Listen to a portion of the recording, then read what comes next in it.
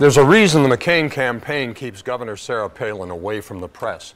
I want to play an excerpt from an interview that Palin did with the CBS Evening News anchor Katie Couric, where she was asked about the bailout package. Listen to this.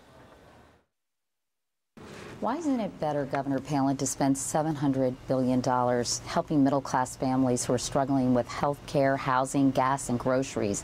Allow them to spend more and put more money into the economy instead of helping these big financial institutions that played a role in creating this mess. That's why I say I, like every American I'm speaking with, we're ill about this position that we have been put in, where it is the taxpayers looking to bail out. But ultimately, what the bailout does is help those who are concerned about the health care reform that is needed to help shore up our economy, helping the...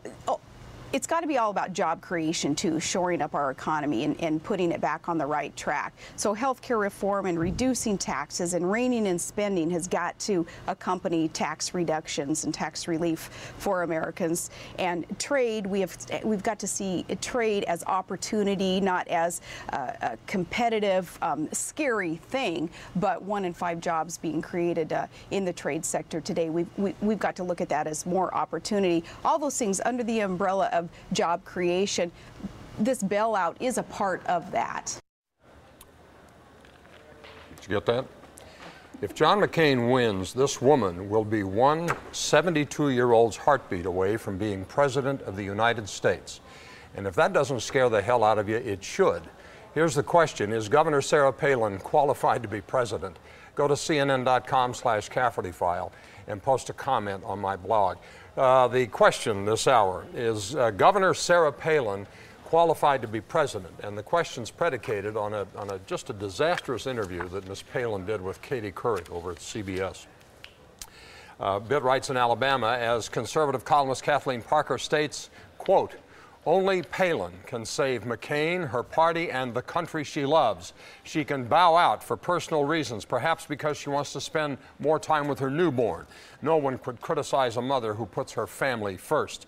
Larry writes, "No, but I feel sorry and embarrassed for Sarah Palin. McCain has sucked her into an opportunity that's akin to a subprime mortgage situation on a house she can't afford." Ron writes, "Finally, somebody in politics has appeared that can make George W. Bush look like an intellectual." Andrea, Nova Scotia, as an American living in Canada, I cannot agree with you more about Sarah Palin's sorry interview with Katie Couric.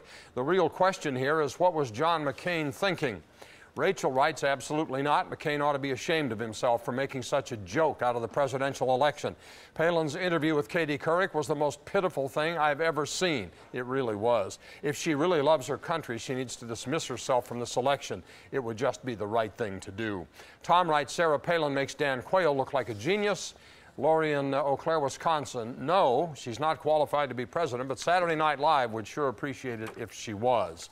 If you didn't see your email here, you can go to my blog, cnn.com/Cafferty File. Look for yours there among hundreds of others. We got 12,000 emails in the last 45 minutes on this Sarah Palin thing.